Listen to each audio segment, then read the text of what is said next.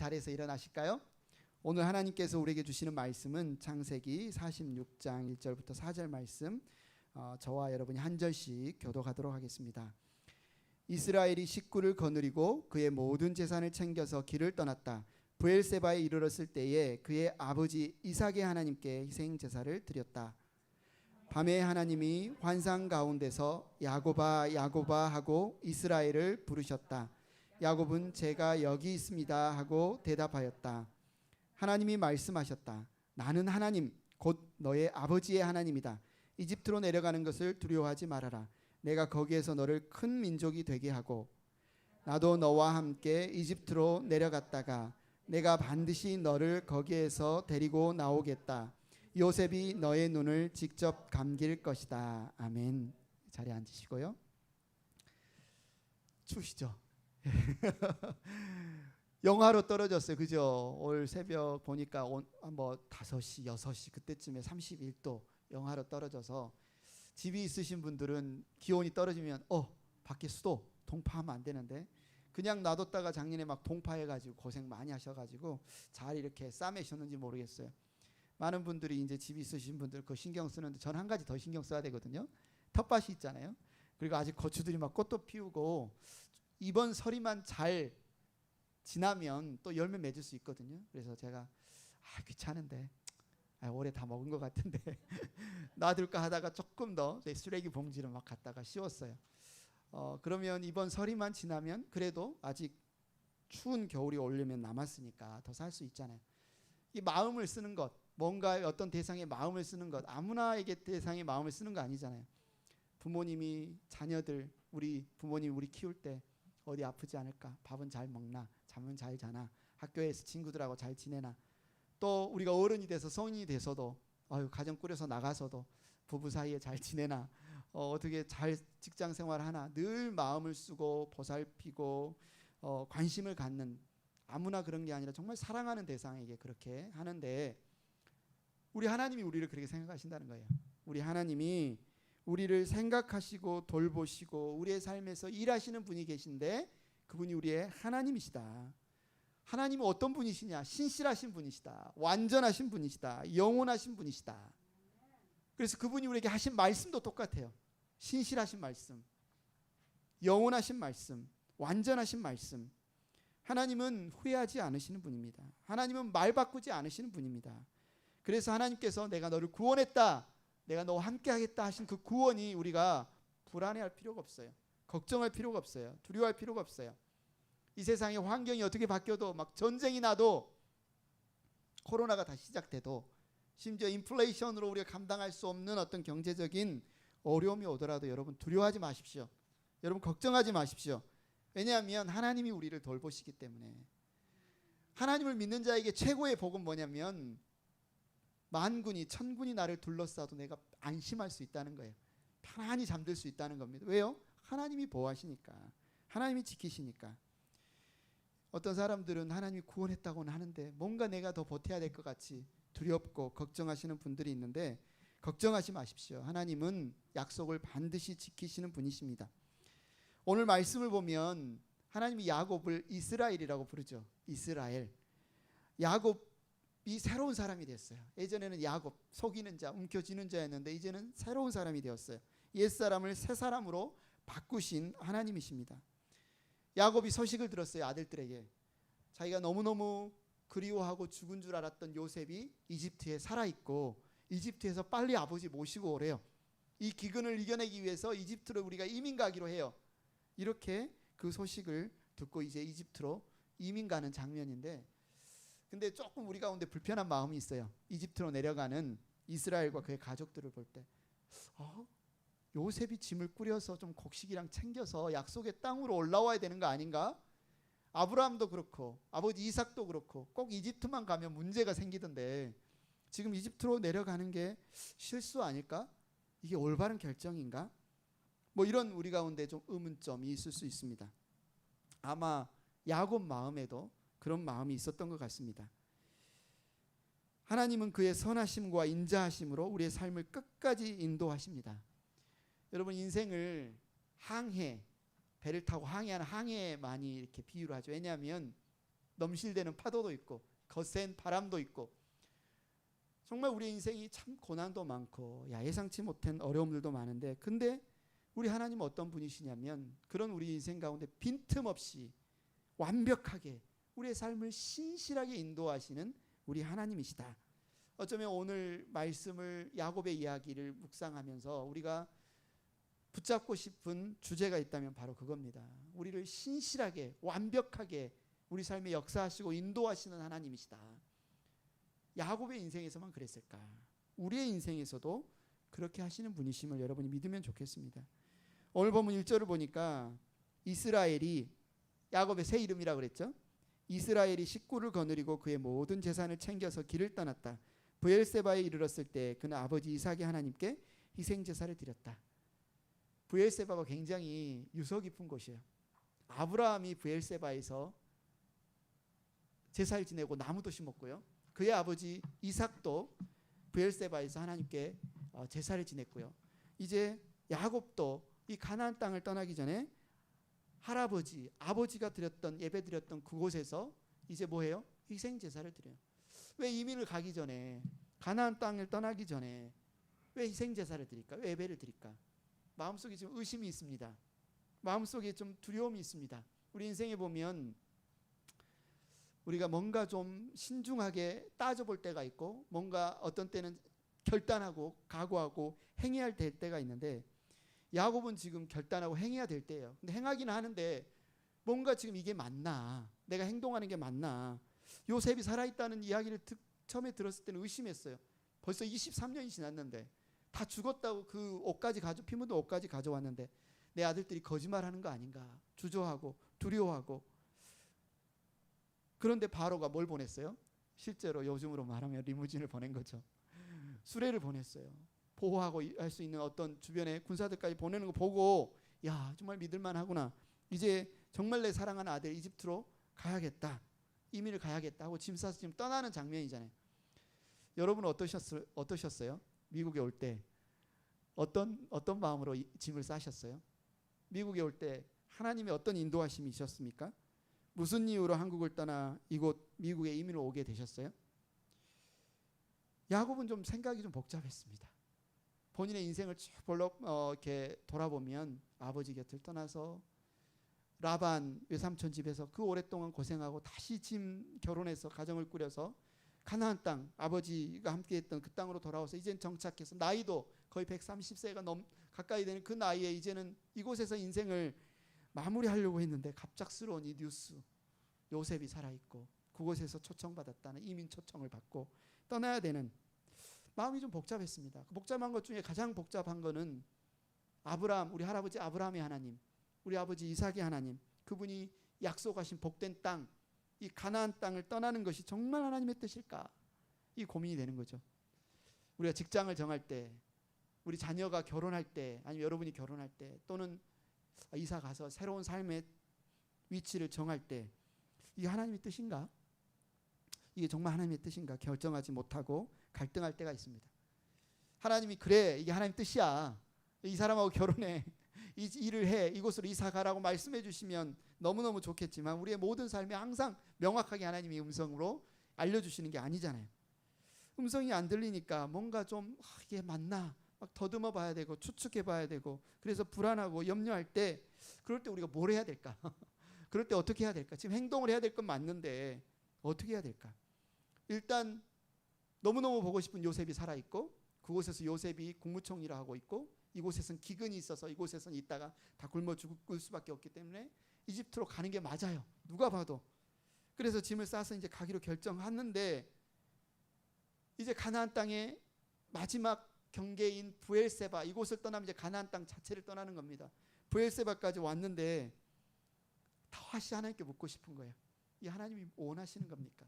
이게 하나님이 기뻐하시는 겁니까? 그래서 뭐예요? 예배를 드려요. 예배를 드려요. 이게 우리가 배워야 될 겁니다. 인생의 중요한 결정을 할 때 정말 하나님의 뜻을 묻고 싶을 때 뭘 해라? 예배를 드리라는 겁니다.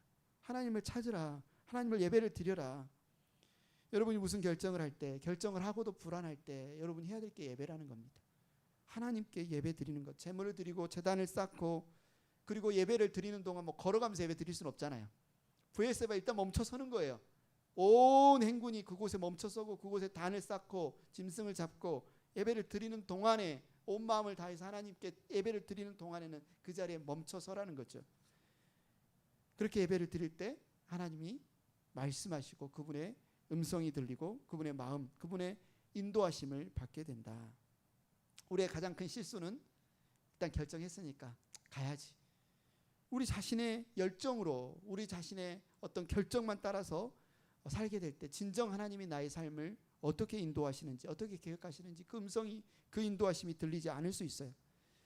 내가 크리스찬이기 때문에 내가 이 일을 하나님을 위해서 결정했고 이 일은 정말 어떤 믿음으로 행하는 것이기 때문에 하나님이 당연히 내 기도를 들어주시겠지.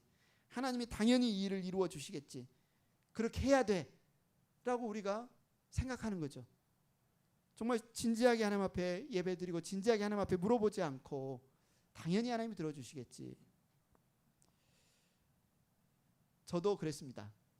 제가 하나님의 종이 되겠다라고 결정한 게 1999년이니까 그렇게 해서 학원에서 대학교에서 학생들을 가르치고 전도하는 사역을 하고 더 하나님을 잘 섬기는 사역을 하고 싶어서 미국에 와서 유학을 와서 공부를 하고 하면서 열심히 열정적으로 사는데 하나님 그때 탁 멈춰서게 하는 거예요. 10년 전 병이 갑자기 왔죠. 저에게 큰 수술을 하게 되면서 멈춰서게 되면서 하나님께 묻게 되는 거예요. 하나님,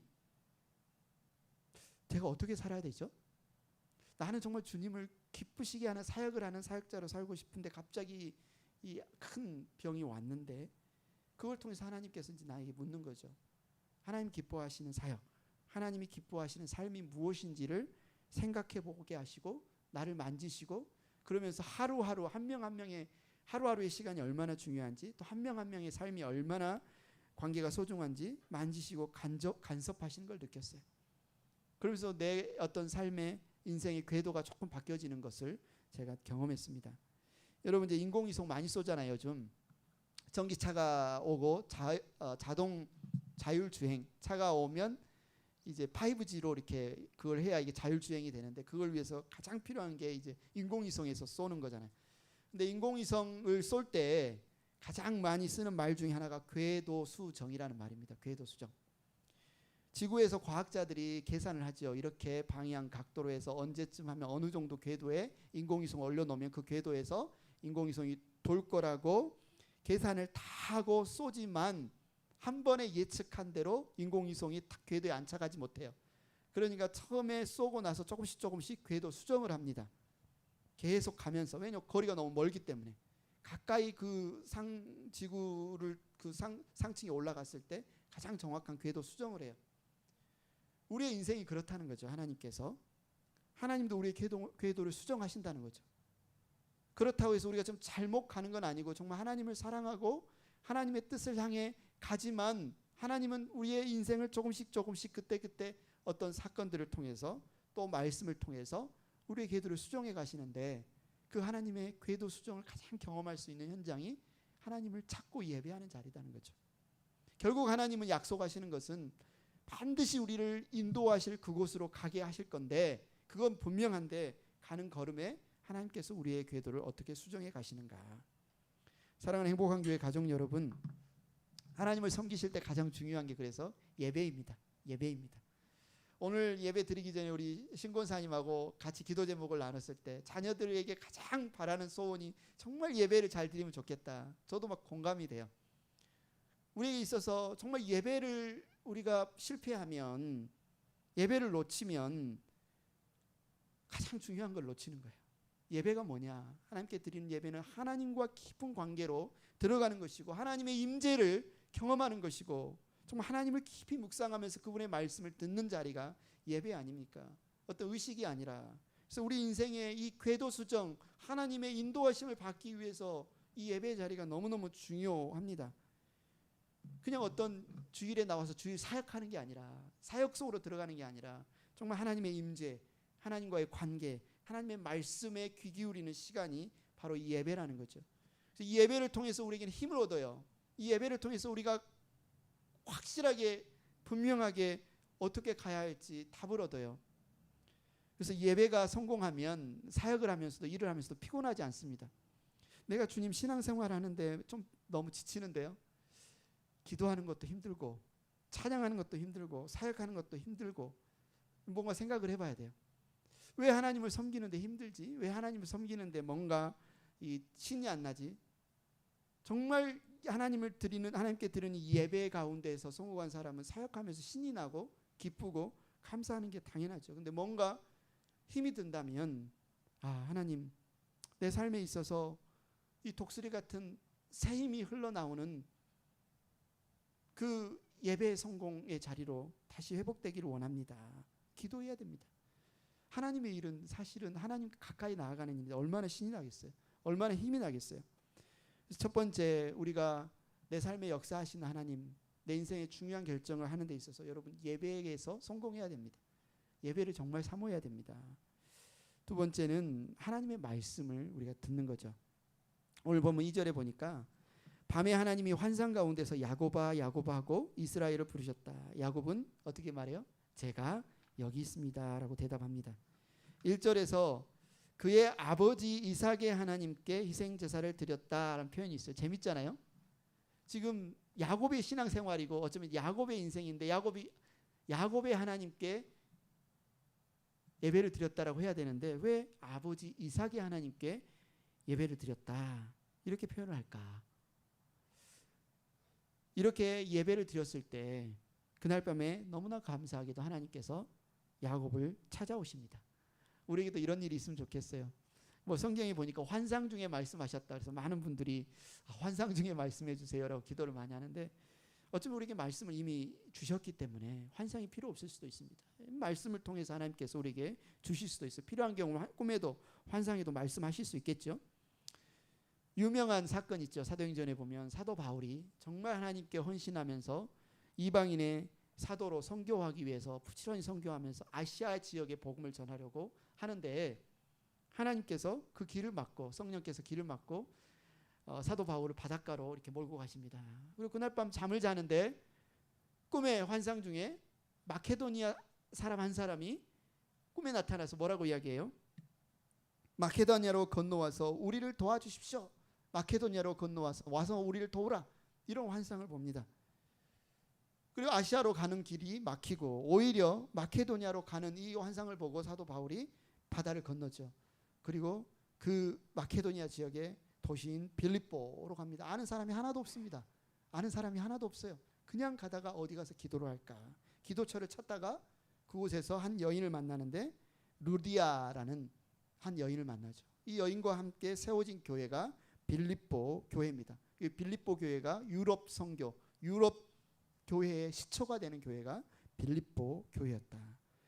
이것이 바로 하나님의 인도하심이고 하나님의 경륜이고 하나님의 섭리입니다. 야곱이 밤에 전날 희생제사를 드리고 잠을 자는데 그날 밤에 하나님이 야곱에게 나타나셔서 야곱아 야곱아. 그동안 야곱의 인생에 보면 이번이 8번째예요. 그전에도 부모님을 떠나서 외삼촌에게 갈 때도 베델에서 또 나타나고 근데 지금 8번째예요. 근데 하나님이 야곱을 부르십니다. 야곱을 인도하십니다. 야곱의 이름을 이스라엘로 바꿔주십니다. 하나님은 신실하시고 정말 야곱 하면 우리가 볼 때 이런 사람도 하나님이 사랑하실까? 이런 사기꾼도 하나님이 복을 주실까? 싶을 정도로 어쩌면 자격 없는 사람처럼 느껴져요. 그래서 우리와 더 친근하죠. 요셉은 너무 신실해 보여. 다윗은 너무 멋있어 보이는데 나는 야곱 같아. 그런데 그런 야곱을 이스라엘로 바꾸셔서 자격 없는 사람을 자격 있는 사람을 바꾸셔서 죄인을 의인으로 바꾸셔서 복을 주시는 분이 하나님이십니다. 야곱아 야곱아 부르십니다. 그때 야곱이 대답하죠. 제가 여기 있습니다. 하나님이 부르실 때 하나님의 사람들은 대답합니다. 모세도 그렇죠. 제가 여기 있습니다. 사무엘도 그렇죠. 제가 여기 있습니다. 여러분 한번 따라해 볼까요? 여러분의 이름을 불렀다 치고 하나님께서 불렀다고 생각하시고 따라서 대답 한번 해보시겠습니까? 하나님, 제가 여기 있습니다. 제가 순종하겠습니다. 하나님, 제가 여기 있습니다. 제가 순종하겠습니다. 내 삶의 역사하신 하나님의 음성을 듣고 우리가 따라가기 위해서 예배에 성공해야 되고 두 번째는 그분이 말씀하실 때 우리가 적절하게 반응을 해야 되겠죠. 하나님, 제가 여기 있습니다. 제가 듣겠습니다. 말씀하소서. 하나님, 제가 듣겠습니다. 말씀하소서. 하나님은 반드시 그분이 약속하신 자리로 우리를 돌아오게 하십니다. 하나님은 약속의 땅으로 돌아오게 하십니다. 오늘 본문 3절을 보십시오. 하나님 말씀하셨다. 나는 하나님 곧 너의 아버지의 하나님이다. 이집트로 내려가는 것을 두려워하지 말아라. 내가 거기에서 너를 큰 민족이 되게 하고. 여기서 하나님은 나는 하나님이다. 한글 보면 그냥 나는 하나님이다 이렇게 말하는 것 같은데 원어 히브리어에 보면 하엘이라는 이제 히브리어 단어를 쓰는데 하는 뭐냐면 영어 정관사 더라는 말이고요. 엘은 하나님이란 뜻이에요. 그럼 하엘이라는 말은 내가 바로 그 하나님이다라는 말이죠.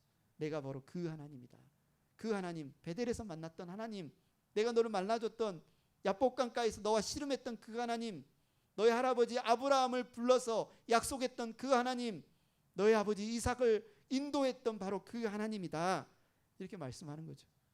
야곱은 아브라함의 하나님, 이삭의 하나님, 그들에게 약속하시고 복을 주셨던 그 복을 이어받은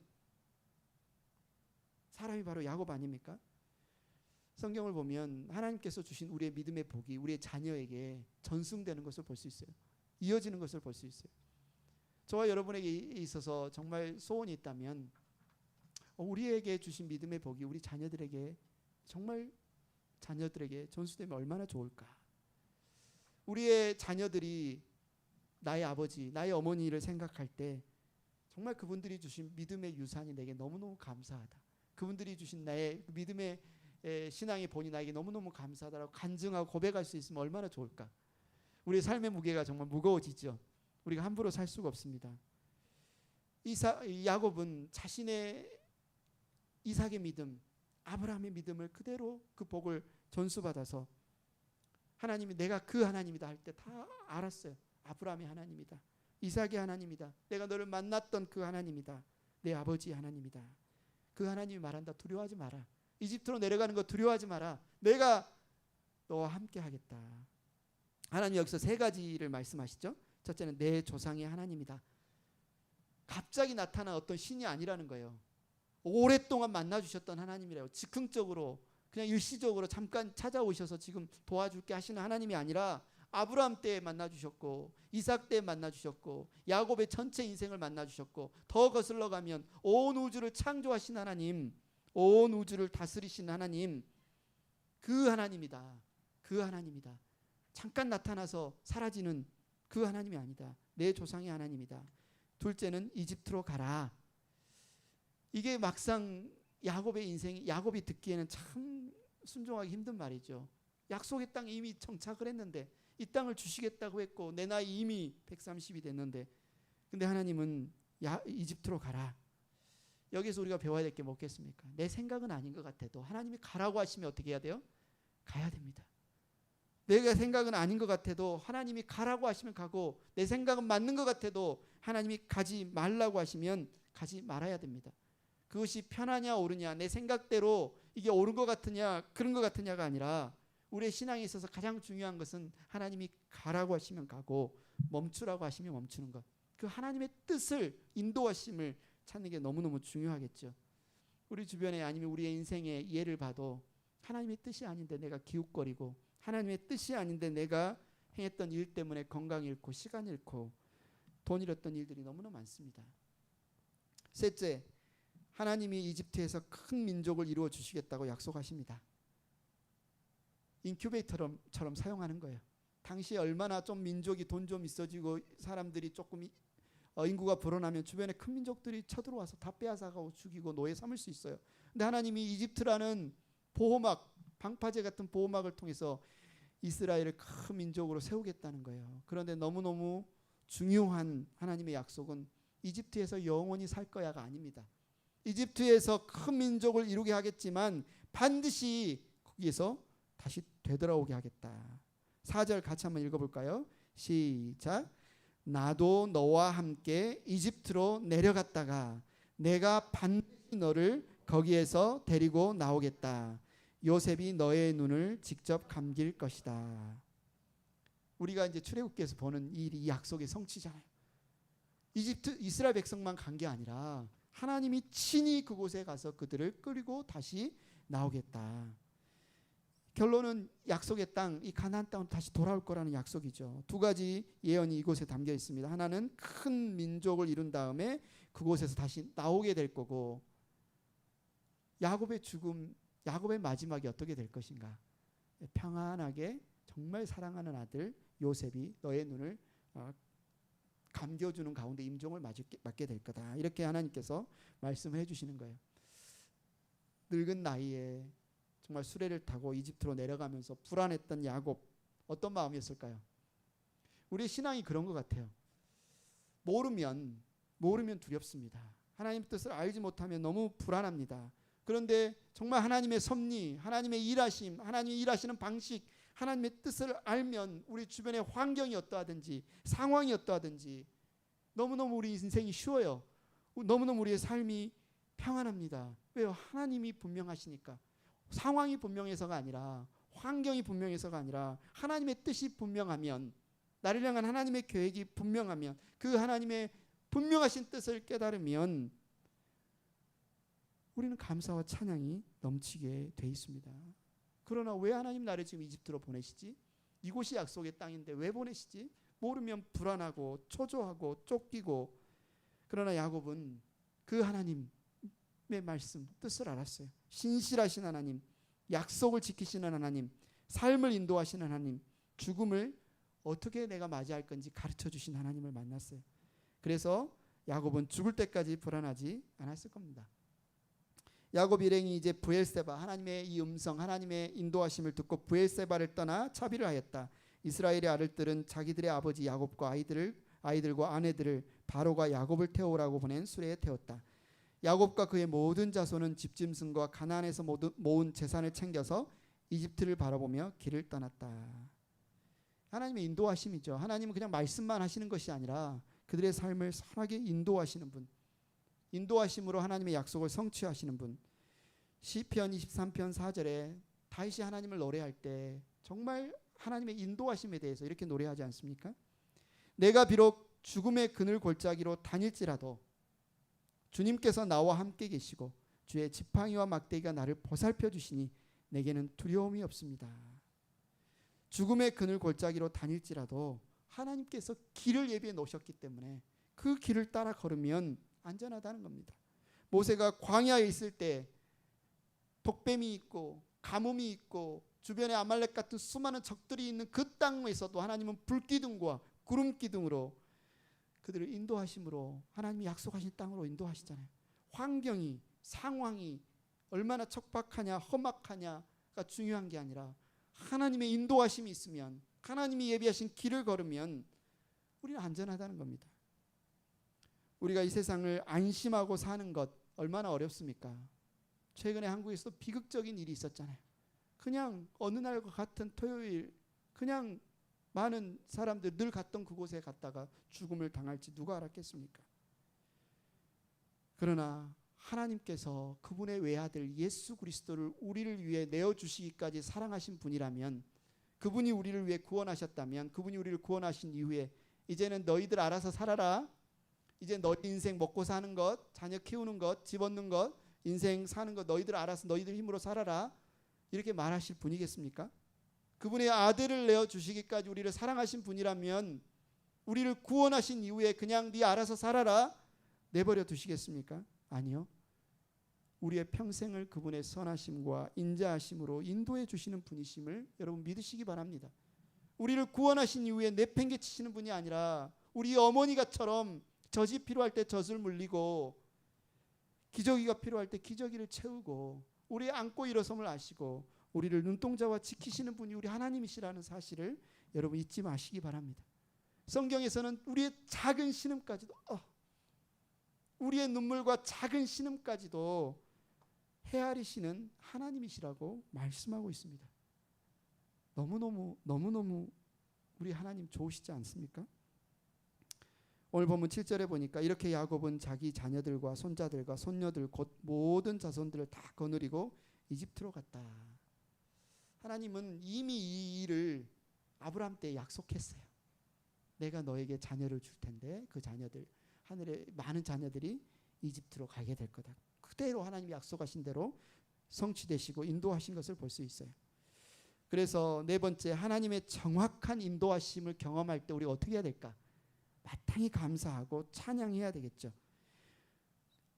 오늘 창세기 46장 28절 30절을 보십시오. 이스라엘이 유다를 자기보다 앞세워서 요셉에게로 보내어 야곱 일행이 고센으로 간다는 것을 알리게 하였다.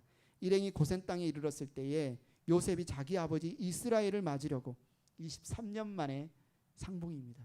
이상가족 상봉 많이 우리가 봤지만 23년 만에 병거를 갖추어서 고센으로 갔다. 요셉이 아버지 이스라엘을 보고서 목을 껴안고 한참을 울다가는 다시 꼭 껴안았다. 이스라엘이 요셉에게 말하였다. 나는 이제 죽어도 여한이 없다.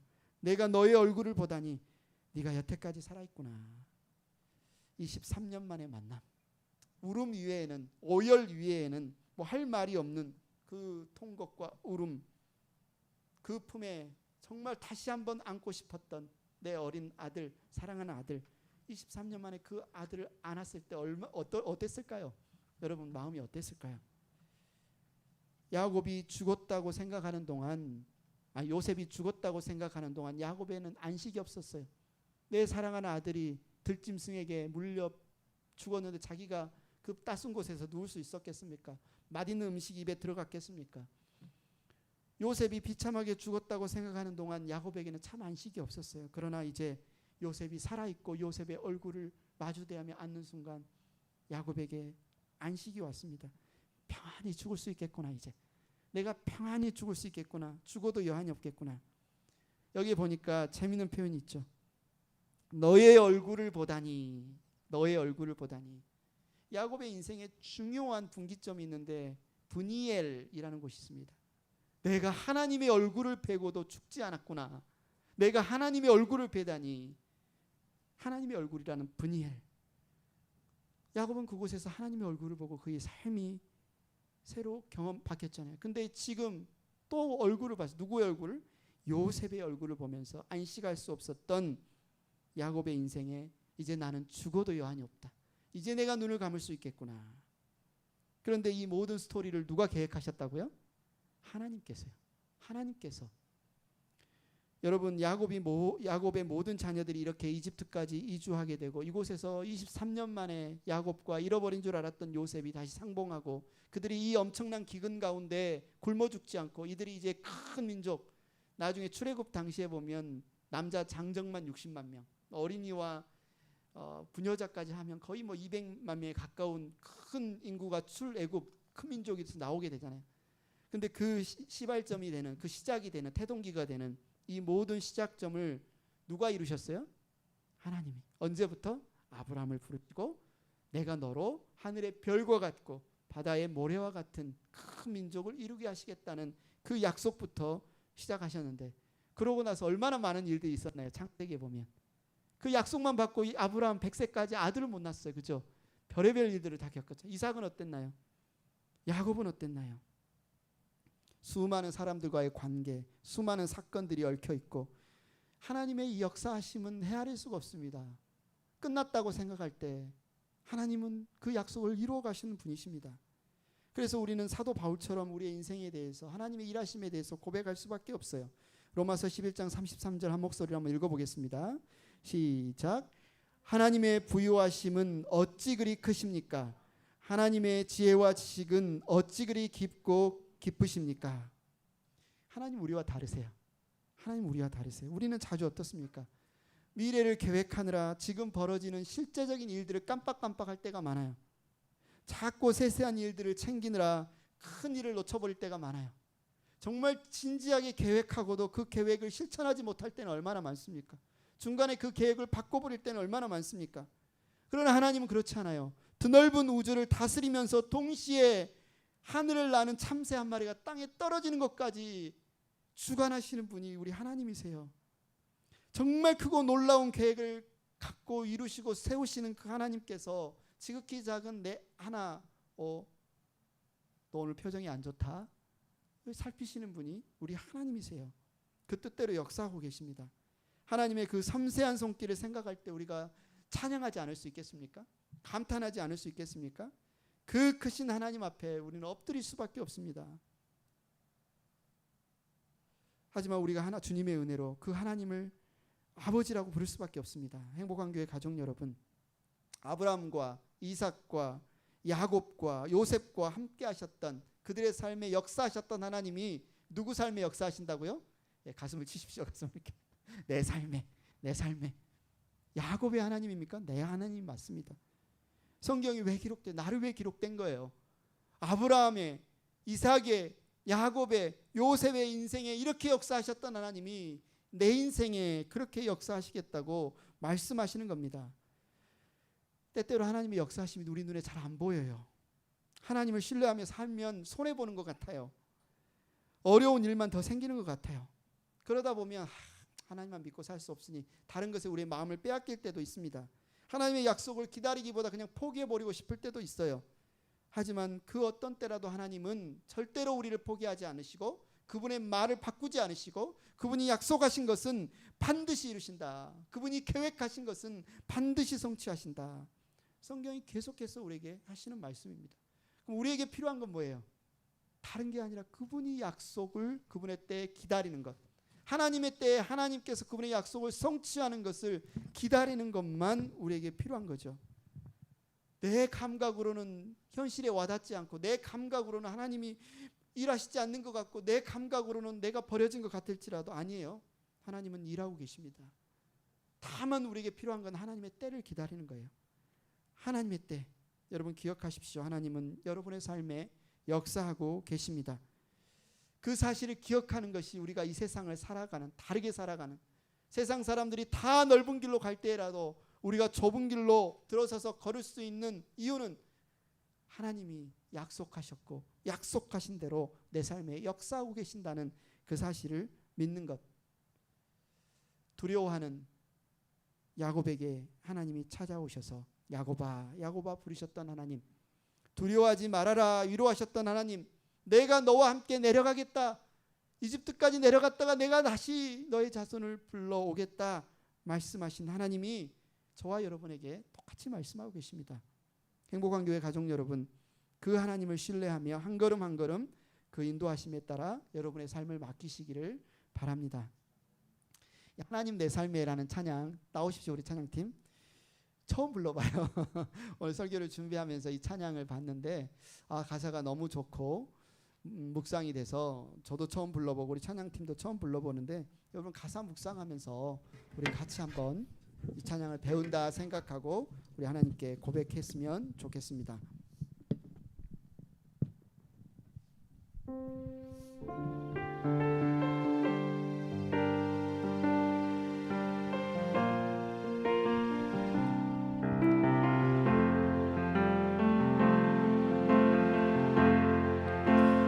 하나님 내 삶에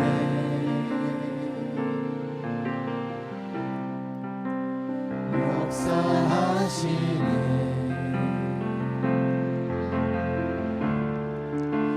수 없는 손길 날 어루만지네.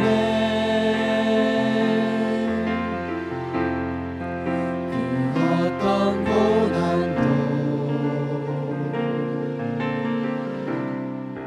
그 어떤 상황도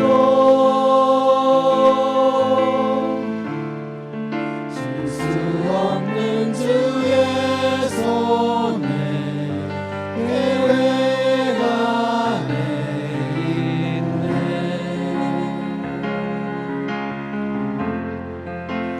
하나님 내 삶에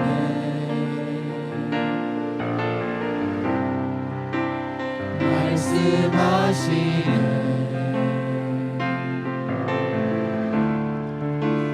변함없는 사랑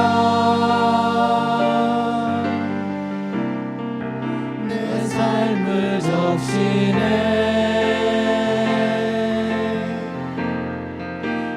그 어떤 고난도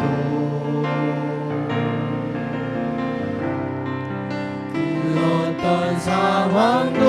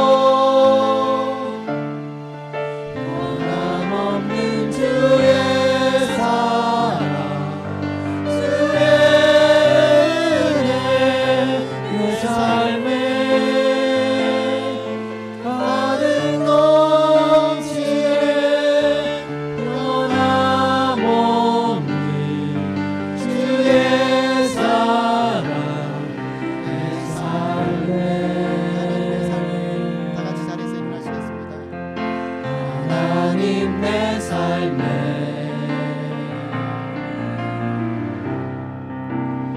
역사하시네. 실수 없는 손길 날 어루만지네.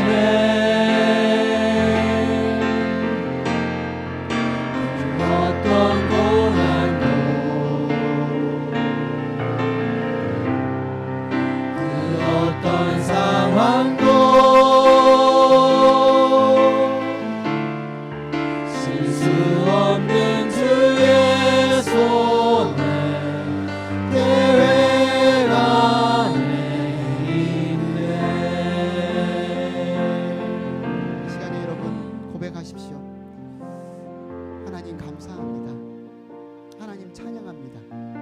실수 없으신 주님께서, 신실하신 아버지께서 내 삶을 그 어떤 환경과 그 어떤 상황과 그 어떤 고난과 그 어떤 형편 속에서도 인도하고 계신 분이심을 이 시간 믿고 고백합니다.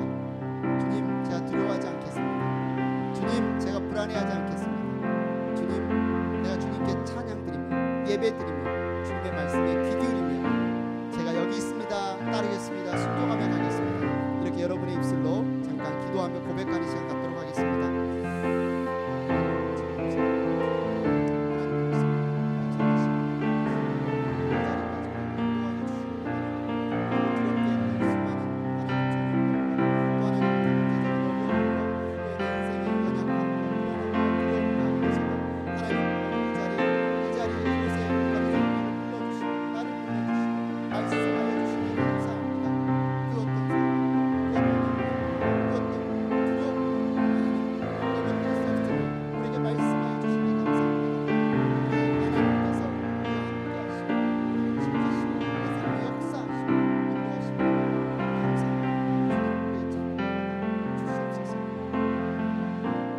사랑이 많으신 하나님 아버지, 너무나 감사하고 너무나 찬양합니다. 정말 나의 어머니 뱃속에서부터 나를 아시고 나를 택하시고 지키셨던 하나님이 나를 부르셔서 자녀 삼아주시고 우리 안고 일어섬을 아시고 우리의 신음소리를 아시고 하나님이 오늘 이 자리에 부르셔서 이 고백을 드리게 하심을 감사합니다. 이 시간 이 예물과 함께 우리의 고백을 주님 드립니다. 사랑합니다. 감사합니다. 찬양합니다. 순종합니다. 주님을 기뻐합니다. 주님을 만족합니다. 이 결단을 주님께 올려드립니다. 주님 받아 주시옵소서. 하나님, 올 한 해가 또 저물어가고 있고 감사의 계절 11월 정말 우리가 온전히 풍성한 감사로 하나님께 드리기를 원합니다. 우리의 가정이, 우리의 일터가, 하나님 우리의 교회가 주님께서 기뻐 받으시는 예배와 찬양과 감사로 드려질 수 있도록 하나님 역사하여 주시옵소서. 감사합니다. 예수님의 이름으로 기도드렸습니다.